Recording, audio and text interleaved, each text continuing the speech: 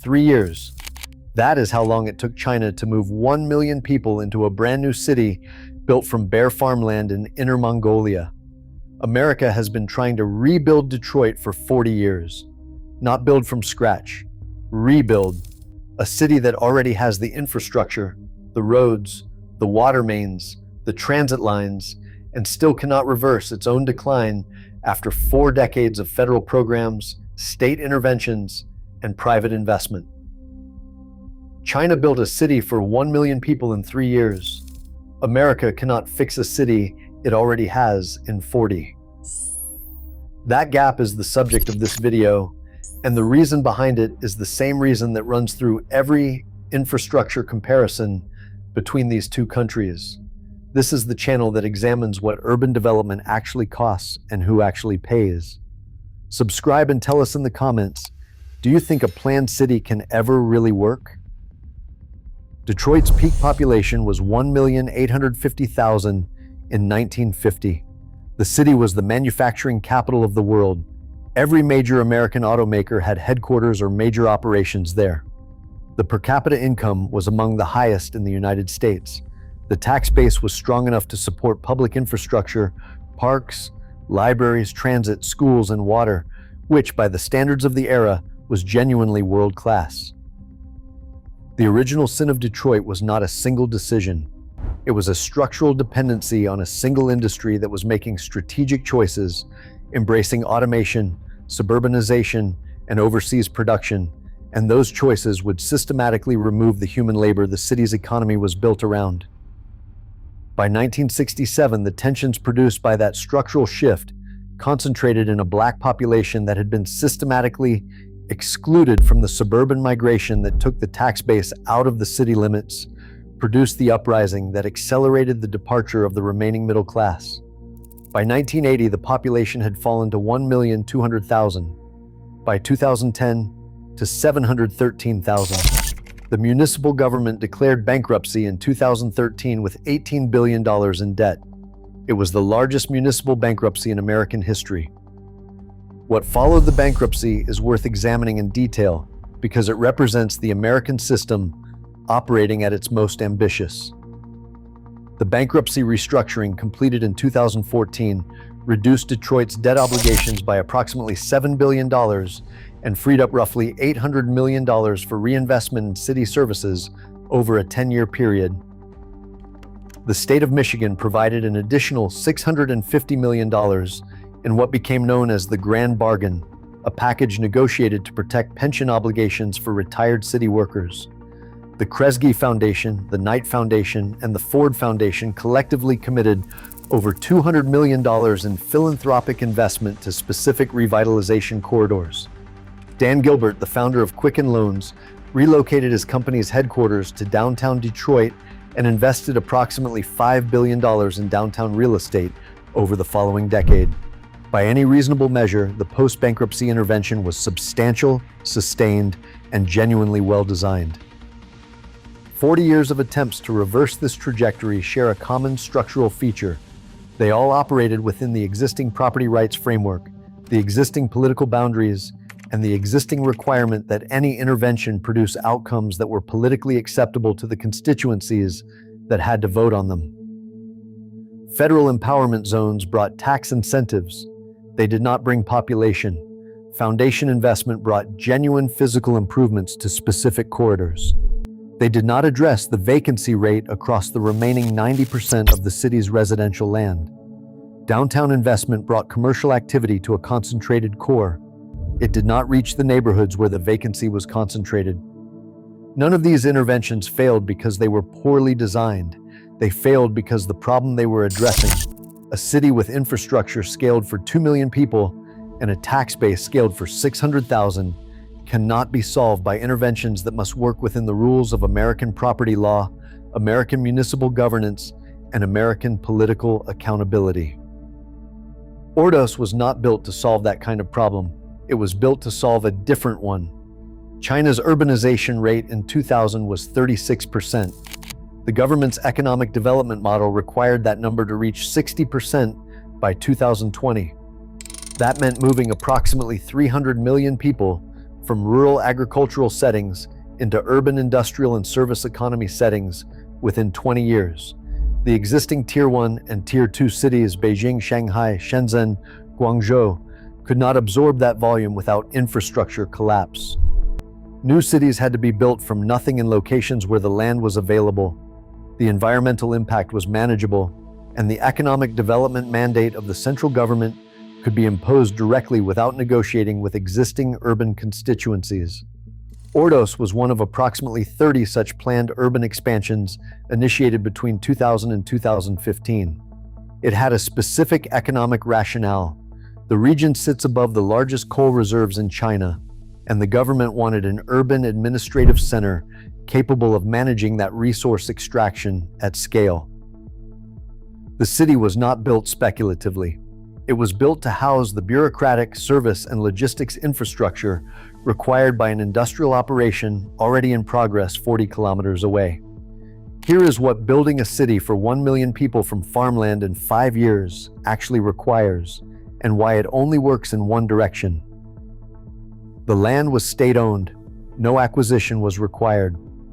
The master plan was issued by the Inner Mongolia regional government in coordination with the Central Ministry of Housing and Urban-Rural Development. Construction contracts went to state-owned construction firms operating on the same vertically integrated model used for highway and rail projects. The apartment blocks went up faster than the population arrived to occupy them. By 2012, Ordos had been photographed by Western journalists as a ghost city. Blocks of empty high-rises with no residents, no shops, and no street traffic. Those photographs were accurate and incomplete simultaneously. They were accurate because the buildings were empty. They were incomplete because the buildings were empty because the population transfer had not yet occurred, not because no population transfer was planned. The Chinese urbanization model does not wait for organic demand to justify construction. It builds the supply and then moves the demand into it through a combination of government, employment relocation, university placement, infrastructure provision that makes the new city more economically functional than the rural alternative, and in some cases direct administrative pressure on state employees to establish residence. By 2018, Ordos had filled sufficiently to function. The ghost city photographs stopped being published because the ghost city had become a city. The population is now approaching 1 million. The coal economy that justified the investment is in transition as China's energy mix shifts, which creates a second-order problem Ordos has not yet resolved. An urban population of 1 million people whose primary economic rationale is a declining industry. That problem is familiar. Detroit has been living inside it for 50 years. Here is what that second-order problem looks like when it fully arrives. Detroit's vacancy rate in its residential neighborhoods currently stands at approximately 30%, meaning roughly 1 in 3 residential parcels in the city holds no occupied structure. The city owns approximately 90,000 vacant lots and abandoned structures through tax foreclosure, a portfolio it acquired involuntarily as property owners abandoned land that had negative market value after factoring in tax obligations and maintenance costs. Managing that portfolio, maintaining basic services across a geographic footprint designed for twice the current population, and funding the pension obligations of a workforce that administered a larger city for decades consumes approximately 60 cents of every dollar in the city's operating budget.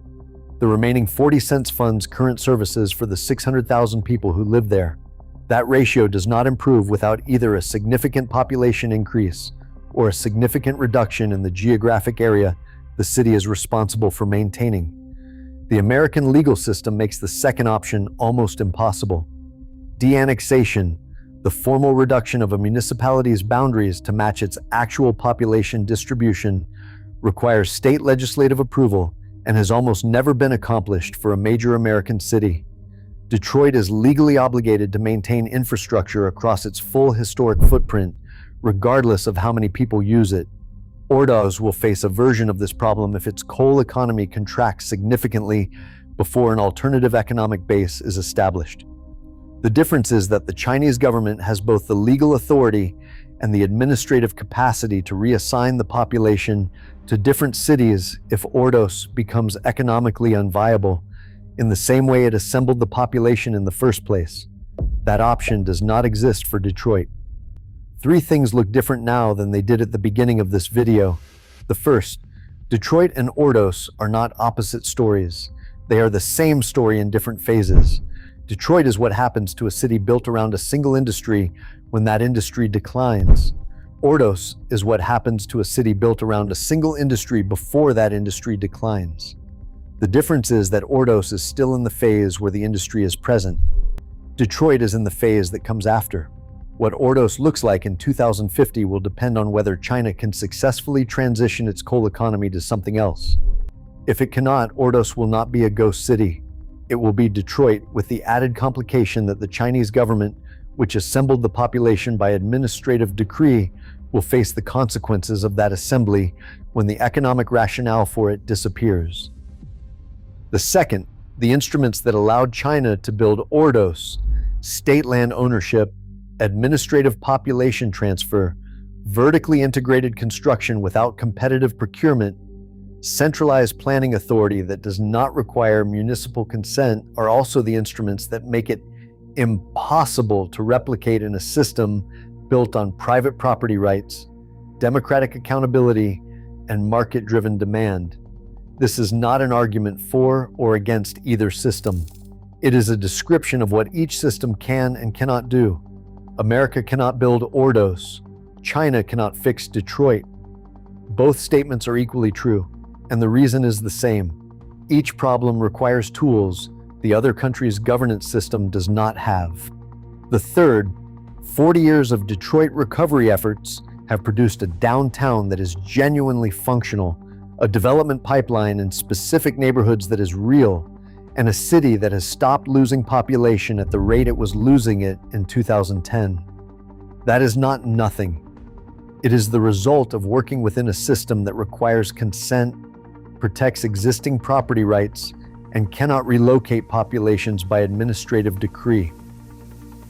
Measured against what China did in Ordos, it looks like failure. Measured against what was actually possible within the American system, it looks like the upper bound of what that system can achieve. The question worth sitting with is not which outcome is better. It is which outcome you are willing to accept and what you are willing to give up in the system that produces it. The buildings in Ordos are full. The houses in Detroit are still empty.